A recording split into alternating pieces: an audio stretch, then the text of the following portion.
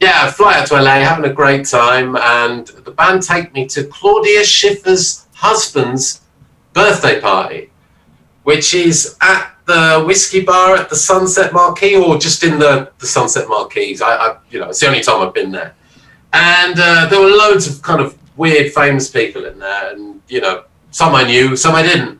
And Steven Tyler was one of them, and he was like kind of sat there in the kind of darker side of the bar, and he had like a couple of ladies with him, but they both had a hand in his trousers.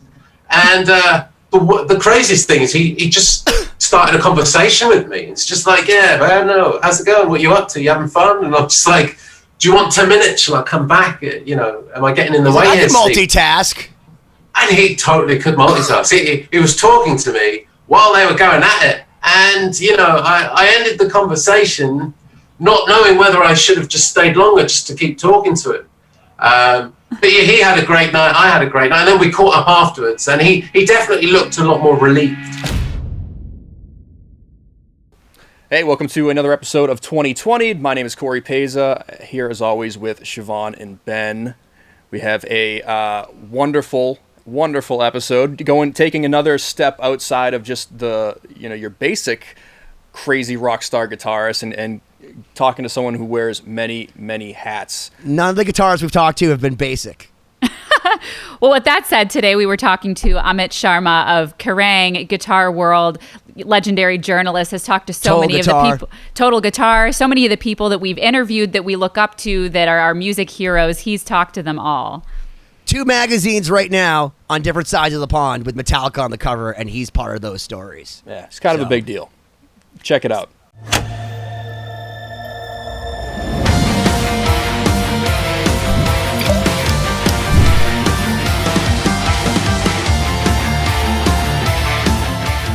Ladies and gentlemen, my name is Benny Goodman, and if you haven't figured out by the 102nd episode, this is 2020, and I'm here with my cohorts, my partners in crime, Siobhán Cronin and Cory Peza. How are you guys doing this morning? How did we get past 100 episodes and people still watch and listen? It blows my mind. We're being told at this point we need to change the name of the podcast, but I like it. With it just Siobhán, still going. Your hair is awfully blonde today. It is very blonde. I went wild. I was like, just make it really blonde. Is it artificial intelligence? And there's probably something in there. I'm so excited to announce my new friend, mind you, but a guy that really, what this gentleman does for the music industry, it's so underappreciated by everyone other than the people within the industry, and we want to demystify that today. I'm here with Amit Sharma. From Guitar World magazine, from Kerrang, from Total Guitar, just an amazing guitarist, journalist, rock dude. How you doing?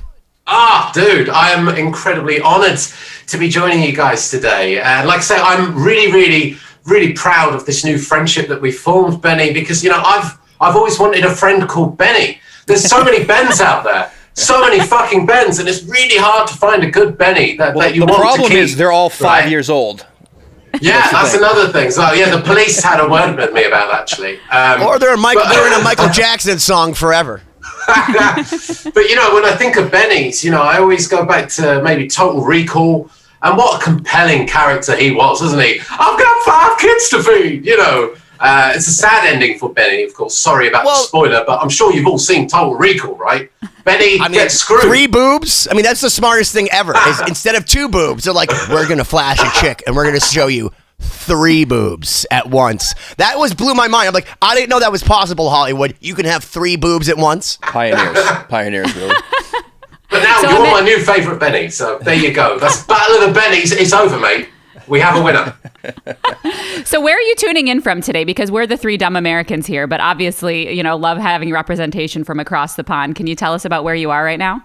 Of course, yes. I'm in sunny Brighton, which is on the south coast of England, facing France, not far from Dieppe, I guess. It's kind of facing that on the river. You can't see it, though, from here. But, I'm born in London, though, so I only just moved away from the kind of hometown to just kind of get a bit more sunshine and a bit more space. Is this the Brighton from Brian May's Brighton Rock? Exactly, it's the same one. It's like a seaside town, so you got like beach and it's a lot of alternative stuff. It's full of like vegan and vegetarian food and all sorts of weird hippies like me. And it's a really creative place actually. And leaving London was really hard for me because I'm born and bred and I fucking love that city. I'm a proud Londoner. But it came to the kind of time where I was thinking, it's time for a bit of a new adventure, you know. And after the whole lockdown thing, it's not like there's much going on in cities in England at the moment. So this is new. Did you just move to Brighton? And first off, could you explain to people, so you're from London, and what's the difference between London and Brighton? And as a writer, as a journalist, what made you go, hey, man, I want to leave this gloom and doom that is London with the awesome Black Sabbath band that rocks our town and move to Brighton? Well, you know what? Brighton and London are very close. You know, people call Brighton London on Sea, actually. It's like a 50 minute train ride. Or it's if like you're in the the Long car, it's Island about of Manhattan. Yeah, kinda. And if you're in the car, it's like an hour. So it's like, it really is kind of part of London. And it's just as eccentric and cool and full of musicians. So I just kind of fancied a bit of a change, you know. I mean, my wife just had a kid. I guess that was one big reason as well. Congratulations! Thank you. And, you know... Unless it wasn't purposeful, then I'm sorry. You know, I needed space for my guitars, you know, because I'm always kind of accumulating more and more, and pedals and amps and stuff. And, like, our flat in London, like, it's a bit like New York, right? If you're lucky enough to live in such a cool city, you put up with this box flat, and you're lucky to have it, you know, and you got to fight to keep it. But in our case, we thought, all right, let's get out of town just a little bit and maybe get a bit more of a chill out time. Well, is that so you can put more Les Pauls and, you know, Fenders around without your lady going, where is my shoe space? Exactly. We're not fighting for space anymore. So, you know, it wasn't easy though. Like I say, my relationship with London is like pure love. Like, I'm so proud to come from there. I'm proud of the music that's come from there. I'm proud of the city that it is today. It's so inclusive. It's so vibrant. It's like, it doesn't matter from where you come from in the world. You'll be able to find your food in London. There's something for everyone there. It's really funny. You mentioned it was what, like a 50-minute train ride? Yeah, that's nothing. So it's essentially like what I drive anytime I need to go to a gig in Boston. Right. It's like 10 miles. 10 miles. Yeah, you Americans, you're really Olympic when it comes to traveling around your country and stuff. Like long drives are short drives to you. Whilst to us, you know, in London, it's like you won't go further than an hour. Anything beyond an hour from London is like a different country. Of course, the whole country is like less than the size of a state in the U.S. Tomorrow, it's a totally different life. I'm going 2.5 hours to a gig, and I'll be, you know, there for the day and then coming home afterwards. So it's so funny to make that comparison. And that's another great thing about London. Like the gigs was and still is absolutely insane. It's just starting back up now. But I found myself, you know, as a writer, as a journalist, you know, reviewing gigs. You know, sometimes I'd be at 5 a week, like literally Monday, Wednesday, Thursday, like, you know, just doing rows and rows of gigs with a few odd ones out. And it's intense. You know what? I feel like living in London as a rock journalist is like being on tour, except the bands come to you, so you're not really on tour. Do you know what I mean? Yeah, sure. It's kind of like 2020 where I just go into my basement and the bands come to me. Exactly. Basically. And by the way, just so you know, we already have 2 British ambassadors on the show. So I just want to start off by saying that we love you just for the way that you speak. I know that sounds like really American, but if I'm ever on a plane, I've said this to Steve Wood and to your friend Richard Shaw, which we'll get into. But if I was ever going to die on a plane, I would want your voice to be the voice telling me, we're going down. Because it's just, when it's said in a British accent, it's just so much more pleasant. So you guys think we're so evil. It's not that you're evil. It's you're just pleasant. And I want, when we spoke on Guitar World, one thing that you said to me blew my mind. You said you went to, and I want to say university, with Richard Shaw, not only our good friend from Cradle of Filth, but played on Lost Symphony. You guys are friends? Yeah, we went to the same school. It's like a guitar school, so my degree is in guitar. And Richard, you know, he's got kind of similar qualifications in that sense. I don't think we were there at the exact same time, or we might have just missed each other a little bit. But, you know, he's been doing great in Cradle of Filth, and, you know, they're very proud of him because they post about students that have done well, you know, and they did with me as well. They even asked me to come back and write a course on journalism, which is so much fun, you know, getting to do something like that. That's awesome. Let me ask you so starting off as an instrumentalist, how did you get into writing? What was the transition like? Like what made you want to kind of branch off into that? Okay, so this is going to be quite a long answer. I was thinking you guys might want to know a little bit about the trajectory. So I went to this ACM place in Guildford, which is the same one Richard went to, and they were really, really good there at teaching us what we needed. You know, I came into it wanting to be Zakk Wylde. You know, I just wanted to shred and shred and shred. And to be honest, not much has changed. But while I was there, they forced us to learn about the mechanics of the music industry, where people You learned Megadeth at school? The mechanics? That's a good tune, dude. I didn't like it as much as the Four Horsemen, but I like the mechanics. Yeah. No, I want to hear about this, though, because American universities, I don't think, do that. So that's interesting. Go on. Just a side note, my nickname in a band I once played in was Kirk Amit. So there you go. But Yes. Go back to the career thing. You know, I went to this uni, and they really forced us to learn about what, you know, copyright is and what all these little bodies in the music industry do, like way beyond like, you know, just the fun stuff. But obviously we learn about publicists and agents and management and promoters and how they all kind of syncopate together and just kind of work in tandem. And you know what? I was bored. I was like, why the fuck are they teaching me this shit? I really went there just wanting to learn how to shred, because that's what most people were going there to do. And while we were there, I kind of realized that actually my chances of becoming the next Zakk Wylde were pretty slim. And even if I was like 10 times better than him, like I'd still have like a really uphill battle ever to make it as a musician. So I thought, okay, I'll try and work around my passion. And that's what they really encourage their students to do. And I never studied journalism. I never wanted to become a writer necessarily. I'm a guitar player, but just fell into music journalism. So after I left the uni, I started working for PRS, which is like ASCAP for you guys in America, right? It's like the collecting society for songwriters. And my job was in the live music team. So what I did was like get set lists and make sure that the songwriters at events were getting paid their 3% royalty of the door takings. That's how it works in the UK.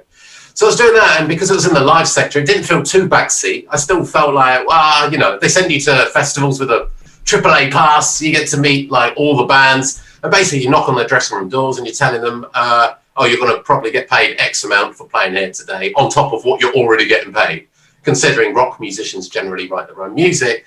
So obviously they'd be quite happy with me and let me kind of tag along for a bit. So I was doing that for a few years, and they had a magazine. So I kind of got involved a little bit with that. But I figured it'd be like the perfect springboard to try and do something different in the music industry. And at the time I was promoting hair metal nights, like in London's Sunset Strip, like we call it Porno Alley. And, you know, we even did the launch party for Chinese Democracy by Guns N' Roses. I was DJing club nights and radio stuff. And eventually I decided, all right, I'm going to try and do live gig reviews. So I did that for an online website for like a couple of years, and that paved the way for magazine work. So I was kind of in my mid-20s, and suddenly I was writing in print for magazines like Classic Rock, which led to me working for Metal Hammer. So I was their features editor for like 3 years, and also wrote for Prog magazine, which is part of that family.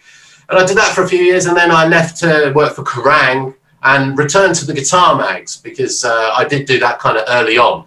So now, yeah, the main magazines I write for are Kerrang, Total Guitar, Guitar World, Bass Player as well. I've done bits for Metro, which is our newspaper. I've written for drum magazines like Planet Rock, another magazine. Can you explain to me? There's a huge disconnect, because when did you learn how to read? Because you said you went to school for guitar and you wanted to be Zakk Wylde. Does Zakk know how to read? I feel like he only knows how to read like barbarian glyphs.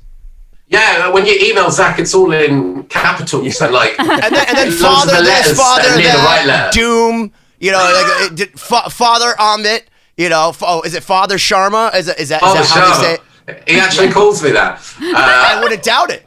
Two things about Zakk Wylde. Every time you interview him, he'll end every sentence with, "Oh, no doubt about it." And the second thing is that if you ask him about... Do that again with an American accent. No doubt about it. No doubt about it. That's me trying to do Jersey or whatever it is. But like, yeah, and the other thing he always does is when you're talking to him about his influences, he talks about this soup or broth that he's making. And it's like, dude, can you stop the broth analogy? It's like we've heard it so many times. But he loves it. He's like a glutton for punishment in that sense. So like, yeah, working for these magazines led to interviewing like all my heroes. You know, Zakk was one of the first, to be honest, but you know, I've done, you know, so many interviews with Slash and Jimmy Page and Tool. I did their Kerrang cover not that long ago. So slow this down. As a total nerd, you just named like 10 bands that like I'm obsessed with. What's it like to sit down with Slash? Oh, he is the sweetest dude. He's got a very warm heart. He's never one to kind of try and be outspoken or anything. I always feel like with Slash, do you think he's being nice to you because you're the press? Like, I wonder that sometimes. Like, you're like, I don't think so, actually. He's the nicest guy, and then it's like, give me a good article. No, because you know, someone like Slash doesn't need press. He literally beyond any magazine that like any writer or any title would be really lucky to have him. And every time I've spoken to him, he's just so down to earth. He has no kind of I'm a rock star ego. We've had some really good times together, and he once drew me a horse. So I'm the only person in the world that's got a horse drawn by Slash on A4 paper.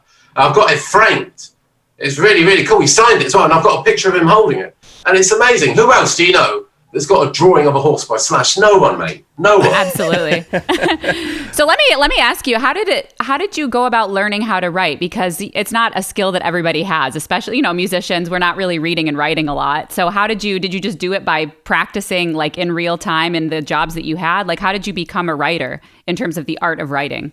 In terms of that side, I did English literature during my A levels. So I did study in that sense, but never with the intention of journalism or music journalism. But I think with music journalists, all the ones I know didn't really study journalism as such. They're all kind of perhaps masters of their trade from the gear side. For all the guitar mags, all my friends that work there are absolute legends that are passionate about, you know, playing and gear and all of that stuff. And then as for the other titles, you tend to find the people that write for them are really, really kind of big and passionate fans themselves, you know, that want to critique. I was going to say, because I feel like the passion brings it out of you, because I'm going to tell you the way I got into the music industry when I was in high school was conning my way into shows for free by writing for my high school paper. And I had sent something into a magazine. They're like, okay, this guy's semi-literate.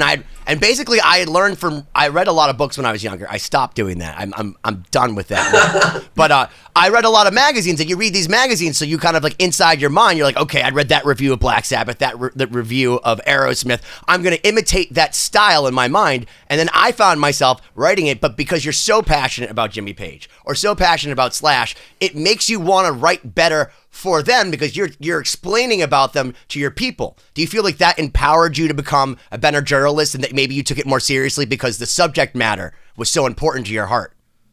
Totally, especially with the guitar angle stuff, because obviously that's not really about the lyrics or the story of what the band have been going through. You know, when I do interviews with Kerrang, for example, that's the main thing. It's about the singer generally and the lyrics and that kind of stuff. But when I do the guitar interviews, it's always a complete nerd out. And I find like maybe my best trick in terms of getting the answers is like reverse engineering them.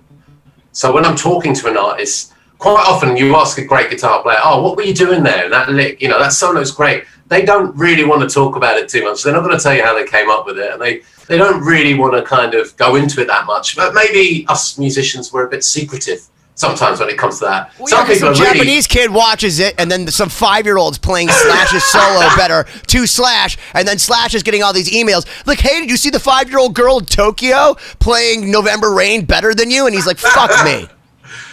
And so like with someone like Zakk Wylde, you know, it's 3-note pentatonic stuff, so I'll try and, I'll do something like that, you know, just to warm up and get in the zone before the interview. And quite often that will win the artist over because, you know, I've got my guitar with me on the phone, just like I am on this podcast, right? And when we're talking, there'll just be a little lick here or there or a little riff, just so that I know exactly how I can find out what they did or how they wrote it. Because when you kind of encourage people in that sense, they're more likely to open up, you know. With the people you're talking to, who's been the most open to discussing that side of the playing and the writing? Paul Gilbert every time is like a library of information, and I absolutely adore talking to him. He's been really, really good. Then, what's the most important thing for us Satchel's been great. But, okay, Paul Gilbert. I was going to say with Paul Gilbert, before you move off of him, what was the most important thing that he taught you of all the things that you've learned from him? Because, I mean, he is one of the greatest players of all time. But a lot of people don't know Paul Gilbert because it's Mr. Big. But all nerds in the guitar world, they worship him. What has he taught you with his encyclopedia knowledge? Right, so that's a good question. I guess the last time I talked to him, we were talking about picking, because obviously that's the one thing that scares us about Paul Gilbert. It's like, you know, for me, I find I can pick on one string or two strings really fast, like up to Yngwie speed, pretty much, and I'm happy with that. But crossing all the strings, going like all 6 strings, 3 notes, no repeats, you know, like 3, 3, 3, 3, and then right to the end. Paul Gilbert's pretty much the king of stuff. Exactly, but Dimebag would use a lot of legato, and I just said 3, 3, 3, yeah. Whilst Paul, if he wants to, he'll pick everything and so cleanly. And the other day when I interviewed him, he actually kind of confessed that there is actually some arm movement involved, because everyone's so concerned about wrist picking, and there's always there's that Paul Gilbert lick that we all do, and we all have different ways of playing it. My alternate picking's not that great, so I actually use my middle finger, like to pick hybrid picking. Yeah, to hybrid it, and I find I can do it up to speed like that. So some people might kind of use economy on something like that, but with Paul, he actually admitted he is moving his arm a bit, and he didn't realise he was. And I thought, wow, because I think wrist picking gets so much attention. Everyone's like, yeah, you got to pick clean from the wrist, man. It's the only way. But you know what? John Petrucci picks from the arm. If he's really going for it, there's nothing wrong with doing that. If that's what works for you. I studied this with a guy named Jimmy Bell. I don't know if you know Jimmy Bell. He's the fastest, most. Look, we've worked with Rusty Cooley. We've worked with all these Marty Friedman. Jimmy Bell is the most ferocious picker in history. Have you heard of Jimmy Bell? No, I know that he's been on your stuff because I've seen his name. Okay, do me a favor. You know what? Let's do something right now. Do you have an internet connection in front of you? Thankfully, I do. Can you look up Jimmy Bell? We'll wait. I want to see a reaction. I think that this guy's the most ferocious picker. And when he came down to our studio, he does this thing that if you watch Steve Morse, there's a guy that like put like a GoPro in Steve Morse where he's like kind of switches over strings. He has like this movement. Jimmy Bell always goes, Betty, I can't sweep pick. I can't do this technique. He doesn't have to because he just picks it. And I want you to watch it because he was runner-up to... I'm watching it right now, dude. Jimmy Bell picking technique on YouTube. He's playing country licks, clean, alternate picking everything. And like you say, what he was doing really reminded me of Dixie Dregs, Steve Morse, that kind of thing. You know, I know Steve as well. Like, I text Steve Morse. He's a mate of mine. He's an absolute legend. And I think when it comes to picking, he's another, like, absolute kind of hero, you know. But different people have different techniques. So back to Paul, he's just, you know, very gracious and very open, you know. Some people are better at picking than others. And I'm actually really into legato players. So I listen to a lot of Alan Holdsworth. I'm holding a Richie Kotzen Telecaster here. They don't make them in seafoam green anymore, by the way. So it's really pretty, yeah. I was going to ask you about your colors because you have pink, you have seafoam green. These are like if I got guitars, I would shop by color. I was going to say, you're like the Tiffany's boutique of guitars. I love that. I personally think wearing a pink guitar so you could see it across the theater and annoy people from back there is the coolest thing. Whereas when I was growing up, I'm like, why would you play a pink guitar? You have the most beautiful, like Tiffany's stained glass, like array of guitars behind you. So if you're not on the YouTube, go watch it because Amit's guitar collection is gorgeous. There's another green guitar at the back there. That's a Jeff Beck Strat that I was texting you pictures of, Benny. The pink guitar, however, is a Nick Johnston Schecter signature, and he sent that to me just to fuck around with, and that's that's sweet awesome. Of it. Like, it's just a guitar in the mail. Yeah, keep it. What do you think? Do you like it? And I'm a big fan of his player. Look at that! Yes, I'm all for green guitar. There's a guy who has so it's technically not green. This is an Yngwie Malmsteen 1991 Japanese Strat. It's so old that it's not even with the DiMarzio YJM pickups because they haven't been made yet. But there's a guy with 45 Yngwies online. And he didn't have this one, but he didn't want to pay the money because the guy who I got this from wanted all the money. But this is actually called Faded Sonic Blue. And the thing is, there is a Sonic Blue one. My question was, did it have so much smoke around it where it turned green? But I've seen 2 or 3 other ones of these just on the interwebs, and they all look seafoam. but it's faded sonic blue. Yngwie Malmsteen. I think it's the rarest one I've seen other than the silly double neck he had at one point. Wow, dude. Like, your collection is pure porn. Honestly, this guy, like, is giving me nightmares right now because I'm pretty proud of my collection. And the stuff he keeps sending me, it's just like, Jesus. Oh, but, yeah. Speaking of Yngwie Malmsteen, his picking, I learned a lot from, licks like...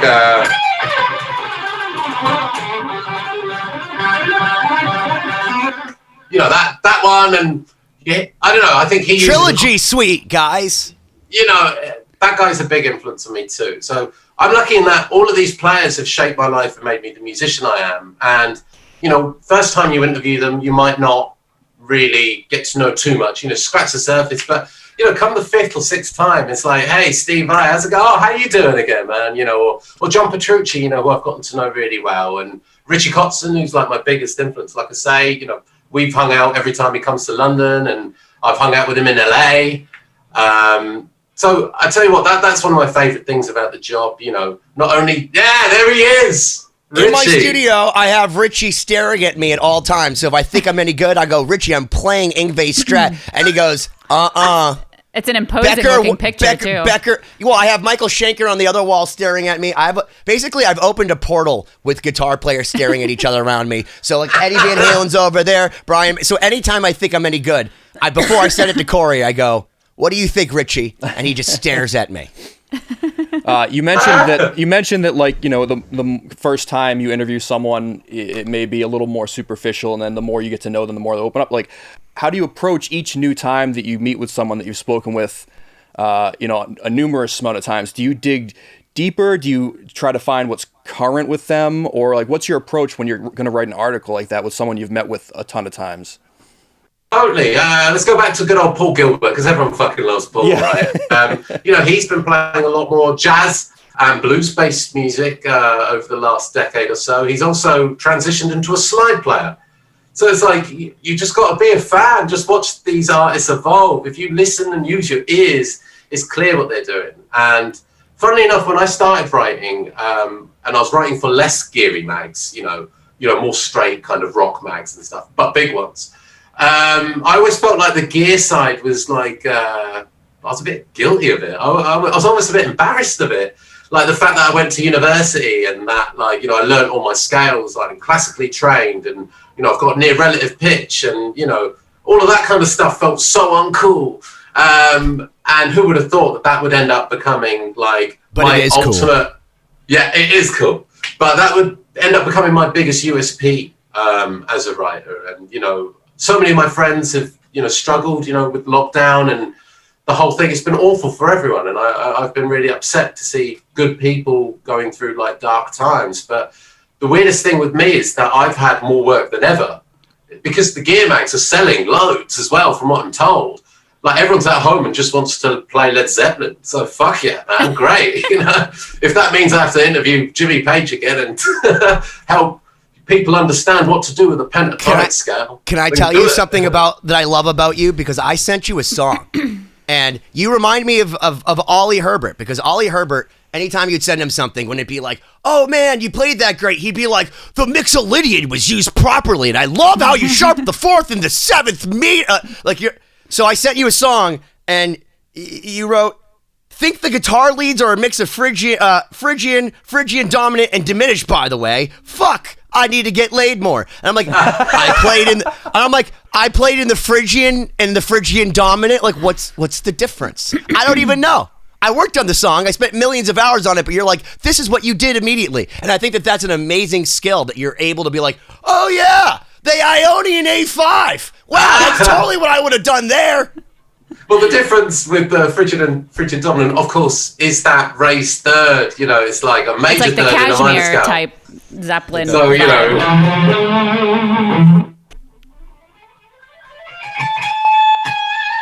I don't know if you heard that, but if you turn it down one click, you hit your limiter, and but it's very close. If you're actually slightly softer, we hear you perfectly.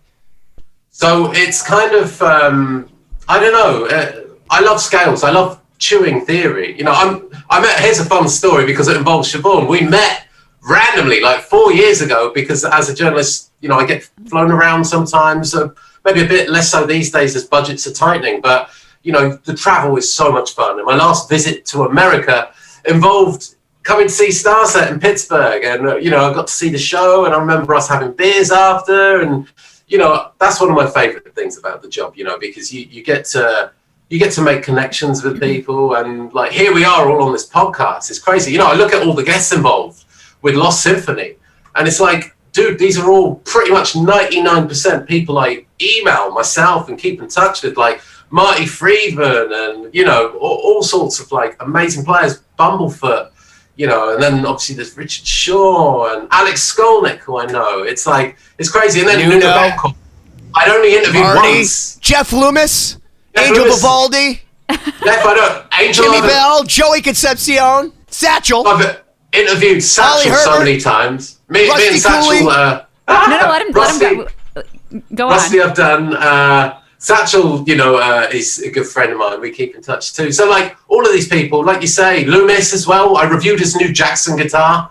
And, you know, I've interviewed him and Michael from Arch Enemy quite a lot of times now. So it's fun, you know, it's crazy. You know, some of my favorite interviews are with people that I absolutely adore, like Yngwie Malmsteen or Tool, you know, or Phil Anselmo, who I also keep in touch with, who I got to know. Then there are people that you might not be personally a huge admirer of, and that's totally cool. I just posted today about an interview that I did with Tom DeLonge, who, I tell you what, I do admire him. Fuck it, man. I grew up hearing. He found out about aliens. So first off, that guy is cooler, not because he was in Blink-182 and then all the girls, you know, still jump around at weddings when you play that song, because that's what's amazing about it is the resilience of that band. But the motherfucker wrote a 650-page book, 2 of them, about aliens, and he has the actual least irrefutable information on aliens assembled of any human being ever. So who cares he's in Blink-182? He's finding out if there's fucking aliens.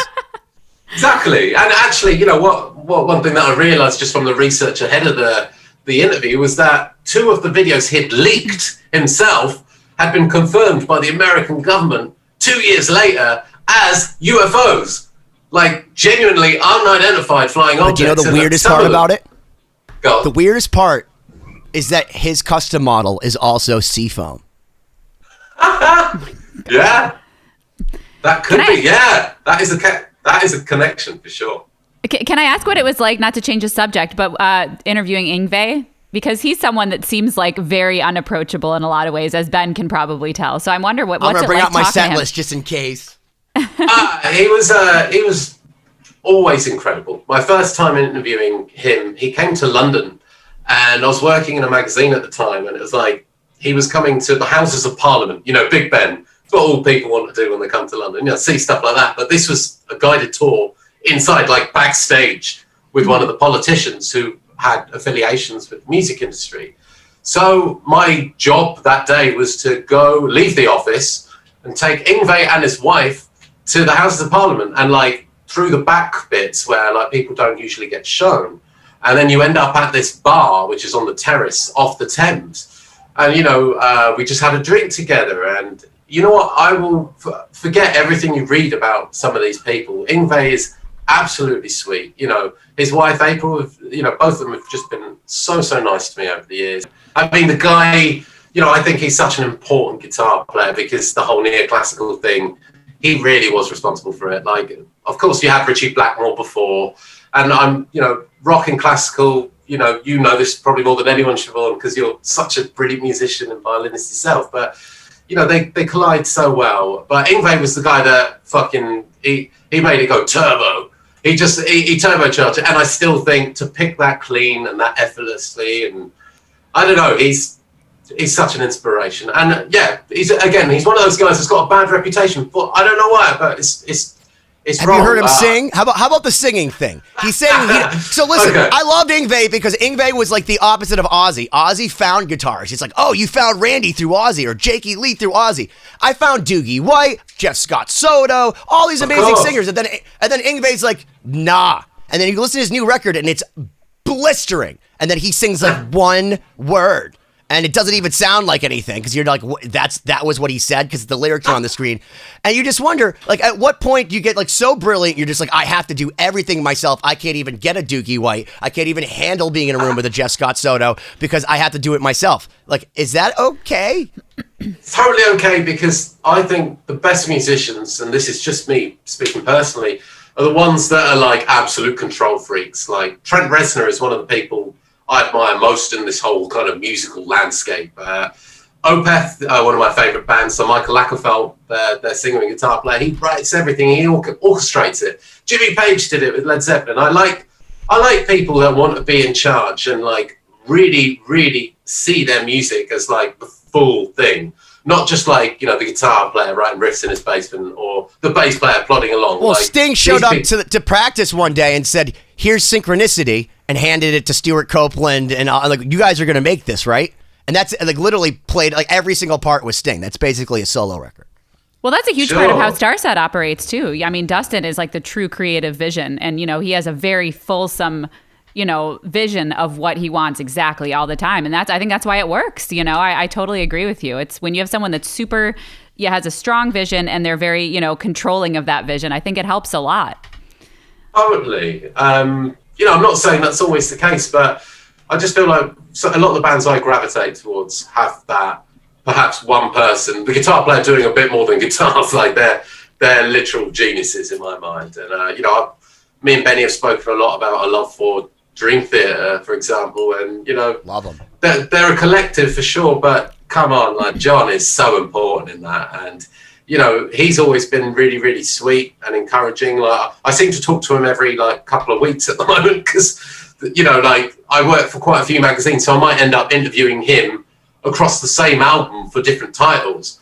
Which, like, going back to your question, Corey, that's another thing that can get challenging because how do you re-interview this guy that you've interviewed like 20 times for like 3 or 4 different magazines and not do the same interview? And that's where do you conflate them ever? Like, do you ever like do an interview and cross your wires in that like you ask John for Kerrang something, but then Guitar World something else, and you're like writing for one article and you're like, that's happened in the past for sure. So I might have like I might end up doing a 3-hour call, and that might be like one magazine's like cover story, another magazine's like second feature. I might even work with a band at a gig, and I'll be doing the interviews at the gig, and then I'm reviewing the show at the night. After the show, I have to interview them again to do the "How was it for you," which goes with the live review. When you are reviewing multiple publications, is there ever any pushback or issue with those publications being like, hey, why'd you write that article like why'd you give them that story instead of us, or like anything like that? Is there any competition from that standpoint? It can be. And you know what, when I've worked as a magazine editor, I've certainly been a bit kind of put off by freelancers maybe writing for competition titles, but then again you got to think, how much competition is there? Is it a direct conflict? Because if it's like 2 magazines that are literally fighting for the same spot, you know, in WH Smith's or whatever, which is our shop where you buy magazines from, not that it's even open right now, it's, you know, sure, it can get a bit hairy, but for me, no, it's always been good. I've always got, if I'm going for the guitar mags, then I'll have an angle for each one. You know, so right now there are 2 Metallica covers that I've done that are on the shelves. So I did Iron Maiden just the other week too. So that's coming out as the next Total Guitar, either cover or second feature. So it's like for the last few months, I've literally just been doing like the biggest and the heaviest, well, maybe not the heaviest, but certainly the big fish off the pond. And it's so fun, you know, for, you know, the 2 magazines that I've got with Metallica on the cover right now, they're very different pieces. My involvement with each one was very, very different. You know, other writers are involved sometimes. Sometimes it might just all be me. You know, it's just mixing and matching. But, you know, I think, don't miss deadlines. That's so important, man. Like, creatives, and I mean, musicians and writers, like, they don't really understand what a deadline is. It's like, if someone gives you a deadline, that's 10 a.m. You get it to them at 10 a.m. And don't be late. Because if that person's waiting at 5 p.m., that's the end of their working day. They're about to leave the office and they're trying to put a fucking magazine together. It's like, you've got to learn to communicate with your bosses and let them know if you're running late. And I never do, actually. I'm pretty on top off my workload. And I have to say, I've been really lucky over lockdown. I've said no to more articles than I ever have done, just because, maybe because I've had a baby too, and like we had the move as well. But, you know, I'm at a place where, you know, I'm kind of working on the things that I'm probably most excited about now. And, you know, I feel like I've interviewed all my heroes. There's not much left on the list. There is one name though, Axl Rose. Oh shit. Oh wow. I'd kill to interview Axl. Totally, like, oh my God, he's like the most enigmatic human that has ever lived. He's just a walking question mark. You should go watch we did an interview with David Abruzzese, and just so you understand, he actually said at one point that Axl Rose wanted to hand over the Guns N' Roses like IP to him. And he didn't want to take the pressure. I'm serious. You go watch it. IP, but well, not IP, but basically said, here's the keys to the Guns N' Roses thing. Like, let's make this better. When Robin Fink was in the band, like all kinds of crazy stuff. And he said that for a month, Axl called him every single night for like 3 hours, and it was the most insane thing to hear the drummer from Pearl Jam talk about being in Guns N' Roses with the guy from A Perfect Circle and Nine Inch Nails talking like during Chinese democracy, like 7 years before anything even happened. Like you should watch it because it's illuminating. It's crazy. Sure, man. I'm a big Guns fan, you know, and I love all the people that have played in it. It's not just all about Slash for me. Obviously, Bumblefoot had some beautiful solos on Chinese Democracy. It's such an underrated album. And then Robin Fink's stuff was just perfect as well. You know, Buckethead, come on, like that guy technically is just crazy. He does all this crazy tapping stuff like that. He walks up the strings, and they're so chromatic, and they're so outside, and they're so like, they really throw you. And I think maybe going back to my love for theory and the fact that, you know, I'm emailing Benny what fucking key, you know, or scales. You know, I eat scales for breakfast. I love the melodic minor scale. I don't think you'll find rock guitar players generally saying that. You know, the melodic minor scale sounds shit when you don't know how to use it. It sounds awful. Like, why play it? But then when you know when to use it for the turnarounds or over, you know, augmented chords, you know, or altered chords, it's like, get involved. There he is. He's got the fucking guitar. Come on. Well, the thing is, did you think to yourself when Bumblefoot joined Guns N' Roses, you're like, wait, they went from a guy named Buckethead to Bumblefoot? And this is, I didn't really know about either one of them. And then, you know, I saw Buckethead, which, by the way, I thought that was a weird pairing because I feel like Buckethead's in such a separate universe. To hear him have to be forced to play Slash, who's a completely different player, was strange for me, even though he's totally there. But, you know, Bumblefoot, Buckethead, Robin Fink, and even now, Richard Fortus. Talk about some of the... And I say this true. I just saw Guns N' Roses at Fenway. I still think that Slash is the best live guitarist I've ever seen as far as just feel, owning it with stage presence. Like, he never plays the same solo any night. Like, he's just amazing. And it's just like he's always going for it. He's always thinking. He looks like he's just into it every moment. And, like, how can you not like Guns N' Roses? So seeing someone like Buckethead, which, by the way, this is the biggest guitar ever. I don't know if you know, but this is like a 26-inch scale. Like, I didn't realize until I got this thing, it's like 8 times the size of a normal Les Paul. It's a bass. It's just a bass. It's insane. And I love his solo stuff. You know, he did this album called Colma that I absolutely adore. It's more like trip hop. You know, it's really ambient. And for a lot of it, he's on acoustic, really. Just so much reverb and delay. So what I love to do with all of these guitar players, and I've gotten to know them or meet them, Robin Fink or Richard Fortus, you know, they're either on my Facebook or on my email or somewhere. I'll have crossed paths with these people and kept in touch. And I feel like my job, not only as a writer, but as a fan, I want to know these licks. I want to know where they're coming from. You know, with jazz players, I talk to them about theory. You know, I always want to know why are they getting away with using all those kind of chromatic outside sounding notes. And actually, like I said earlier, you just got to sit down with the diminished scale and not do the Yngwie thing. Because the diminished scale is such a beautiful scale outside of that kind of style. And once you start kind of examining the kind of chord families within that scale and understanding how you can slot them into your classic metal riff or your cheesy rock and roll riff, wow, you know. And I feel like that's sometimes part of my job, you know, because I'll be sat here reverse engineering the answers and then kind of picking that person's brain. Because quite often people will be like, oh, yeah, I don't really remember the the second part of the solo, the seventh bar of my solo, and I'll be like, oh, here it is. And you know what? They can't get out of it then. I've got them against the wall, and they can either tell me to fuck off, which they're more than welcome to do, but because I've taken the time to actually fucking learn it, they'll actually really open up. And that's an incredible approach. That's very cool. From Slash, we've done the whole share the guitar thing, Satchel, I learn all his solos whenever they come out because I love that kind of hair metal shred guitar stuff. And Benny clearly does too. Stuff. He's amazing. Oh, he's so good. I think, when that first album came out in particular, obviously it parodized a lot of my favourite songs from Bon Jovi and Extreme to whoever, but I actually like the parody versions more. I found myself listening to Feel the Steel being like, do you know what? I'd rather listen to that than Slippery When Wet.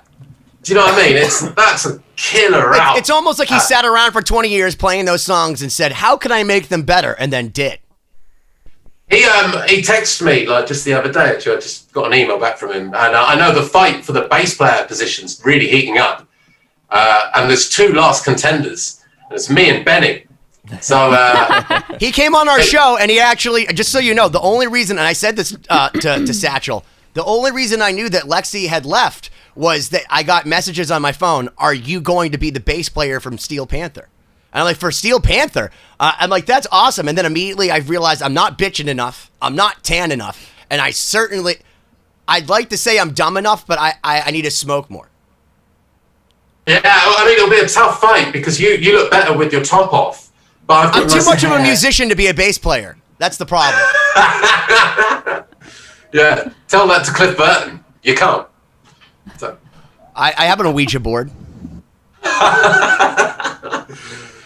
I mean, it's such a fucking crazy journey, journalism. I have to admit, it's like you find yourself in the weirdest scenarios. So I'll meet Siobhán like 3 or 4 years ago, randomly in Pittsburgh, or I'll end up in LA just seeing Steven Tyler getting kind of into naughty business with a couple of women while still talking to people just out in public. Wait, paint this picture for us, because I'm from Boston, and Aerosmith is like law here. Like you like Aerosmith or just you move. And, yeah, cool. Steven Tyler, there's lots of stories. Everybody has a Steven Tyler story. Yours sounds very interesting. Can you paint this picture as a journalist for all of our listeners?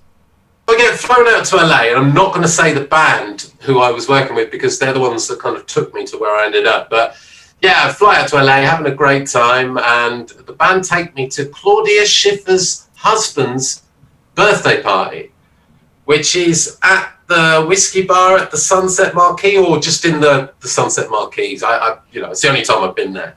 And there were loads of kind of weird, famous people in there, and some I knew, some I didn't. And Steven Tyler was one of them, and he was like kind of sat there in the kind of darker side of the bar, and he had like a couple of ladies with him, but they both had a hand in his trousers. And the craziest thing is he just started a conversation with me. It's just like, yeah, man, no, how's it going? What you up to? You having fun? And I'm just like, do you want 10 minutes? Shall I come back? Am I getting in the way here? I can multitask. And he totally could multitask. He was talking to me while they were going at it. And, I ended the conversation not knowing whether I should have just stayed longer just to keep talking to him. But yeah, he had a great night. I had a great night. And then we caught up afterwards. And he definitely looked a lot more relieved. So, well, could you imagine? What if you did stay longer? Do you think there would have been a moment where he was like mid-sentence? He was like, pardon me. Made like the interjection looking face. And then he was like, oh, continue. What were you saying? I've met him a couple of times, but the one in that band that I know probably best is Tom Hamilton and his tech. And they're lovely. So like one time me and my wife were in Spain, in Barcelona, on a holiday. I found out Aerosmith were playing just like down the road. So I literally send a text from my phone, and within a minute they're like, bro, we're fucking killed to see you. Come on down. And so like, they sort us out like laminates and passes to get to the side of the stage. They even gave us like headphones with Steven Tyler's like monitor mix. Oh wow! And before they come out, VIP? Do you have to be before they come out, your monitor? You can hear them warming up. So like we're just sat backstage talking. We put them in, and then suddenly you just hear ski ba ba ba skip it up, skip it up, skip, and I'm like, fuck! And like, that goes on for like literally 20 minutes. And me and my wife are like, shit! Because we were just on the beach like 2 hours before. You know, we only literally just found out. And we were like, all right, let's go. And they blew my head off. They're amazing. They're so good live. You know, Aerosmith, bring it.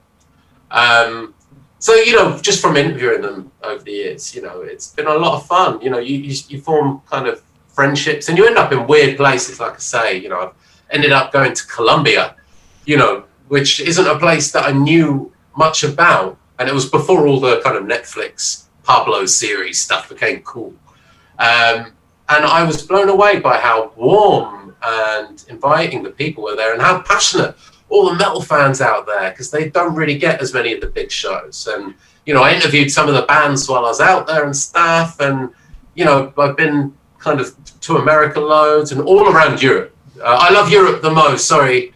I know it's a bit rude to say that to you fine folk of America, but it's just we understand. I mean, I do too, to be honest. For me, it's like 2 hours on a plane and you could be pretty much anywhere, like on a beach, like Barcelona or Nice, or if you go a little bit further, you can go to like Stockholm or Greece. Go see my friend. If you go 2 hours in a fucking car, you can go to Jersey. You could stop and get yourself like some turkey that's been around for like 3 weeks. You could go see Smog in New York. No problem. It smells delicious around Times Square. If you've ever been there, you can't breathe because there's just too many people like pushing against you. Some of them are beautiful. Some of them are disgusting. So yeah, and then if you go a little bit this way, there's 12 hours straight of Pennsylvania. So yeah. I feel like what you're talking about sounds a lot more sophisticated. It's cool because, you know, we're all very connected, and I don't know, you know, obviously being in England right now is quite sad because we're no longer part of Europe, and there's this whole Brexit thing. You guys had Trump in America, but we had our own political battles, and I know this isn't a political conversation, but from my point of view, man. I love being part of like this wider network of crazy cultures. We've got so much history. Like, it's insane. And, you know, they come to England all the time. I mean, you know, I live in Brighton. It's such a popular tourist destination. You hear people from all parts of the world, and especially Europe, because we're so close to each other. And, you know, I don't know, sometimes I get sad when you think like, oh, we're moving towards a more divisive kind of, or I don't know, you know what we need right now? World. Sure. Go for it. I can tell you exactly what we need. We need Kiss to come on stage, but 80s Kiss, and go, God gave rock and roll to you, gave rock and roll, and then Bill and Ted just save us. And Steve Vai starts shredding over Kiss, and it sounds like all of a sudden, like Bruce Kulick actually was way better than Ace in my mind, but like Steve Vai over Kiss at the end of that movie, and then you're like, the world is fine. That's what I think we need right now, because it's really sad what you're saying. I think together we stand, divided we fall. And that was actually a British guy himself, too, this guy Roger Waters, who, by the way, has also gone off over the edge. Have you ever watched what Roger Waters is saying right now? Because you're a smart person, and you're from London, and I always thought Pink Floyd had the most introspective lyrics, and like they were so smart. And I love David Gilmour. I think he's one of the greatest human beings ever. Oh. And then I watched like this rhetoric from Roger Waters, and I'm like, when did this happen? Like, do you know what I'm talking about? Oh, totally, man. Eric Clapton's another one. Obviously, we've all got what straps. But Eric's made a few boo-boos over his years. You know, it's not the first time he said something that's actually quite dangerous. And wicked dangerous. And in fact, the stuff he said in the past is way more dangerous than the shit he's saying now. But still, it's a bit like, oh man, I really looked up to you. I wish you didn't think like that. But I think one thing as a journalist you have to kind of do is just accept that people come from different backgrounds, and I don't know, they might have a different mindset. I can't speak for America, you know. At the end of the day, who cares what I think? You know, I've visited America, and I love what I've experienced of it. But when the whole Trump thing was going down, it was like, oh shit, you know.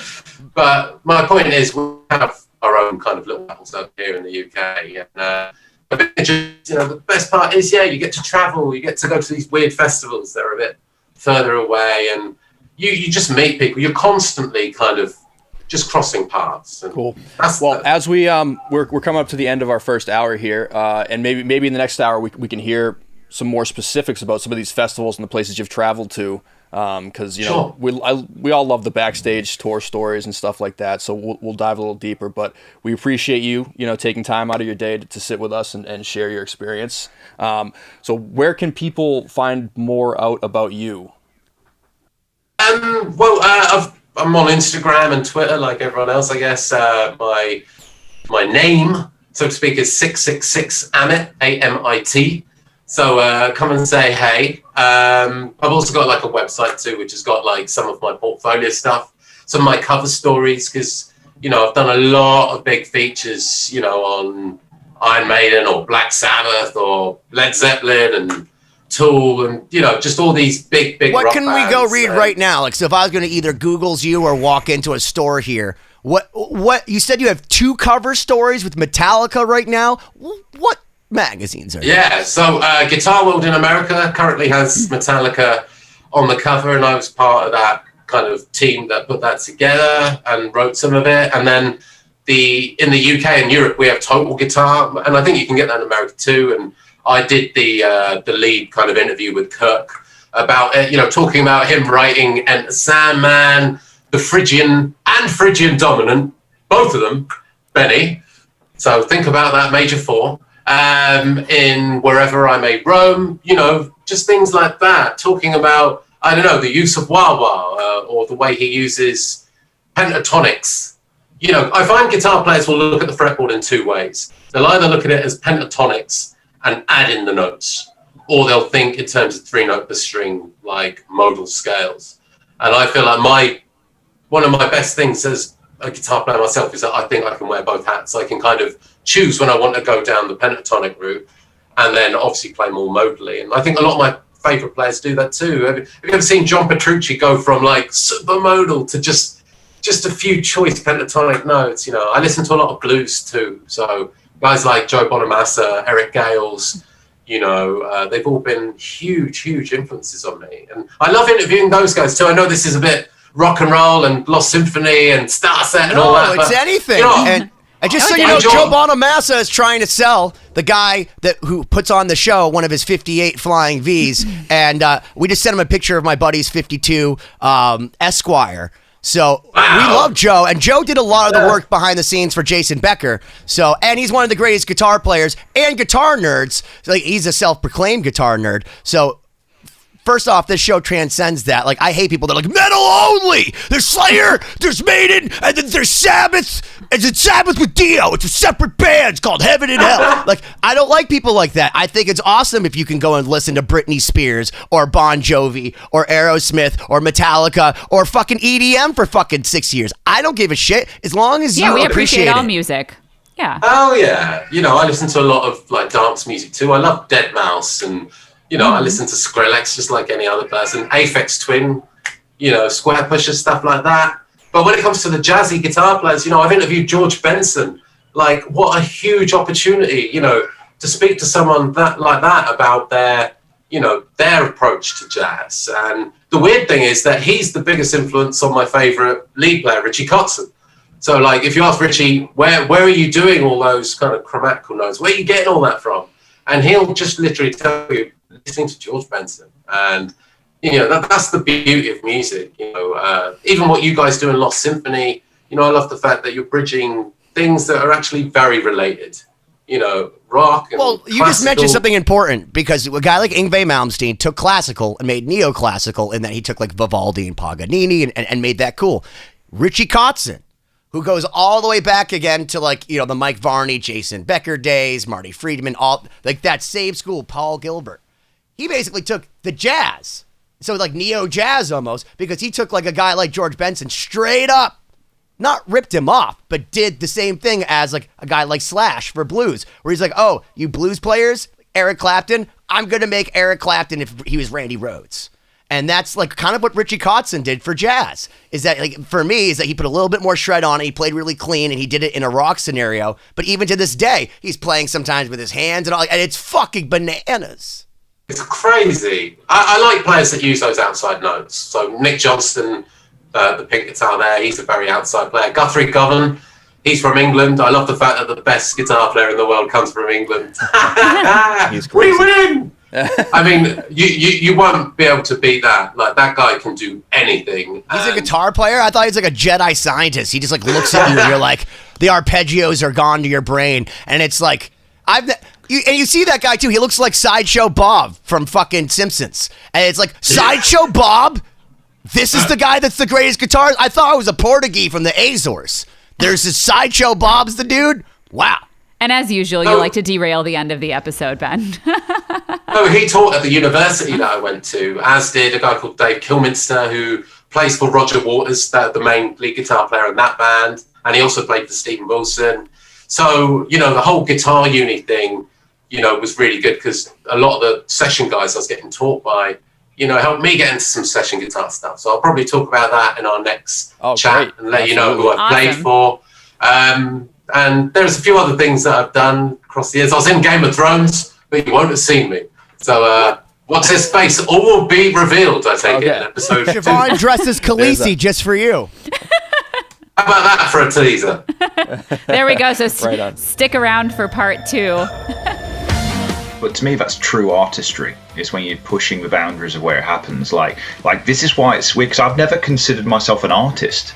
I've always considered myself like a session guy who just learned all these different styles of music and was lucky to make a living doing it. And then obviously I got the call for Cradle of Filth, and it was like, oh, I have to write songs now, and I have to say something with what I'm doing. And then that became a whole new thing where it was like, oh my god, now I have even more respect for the artists who have been successful. Think of the Bowies of the world and the Zeppelins of the world. What I mean? Where you go, they're true trailblazers. That can't be easy.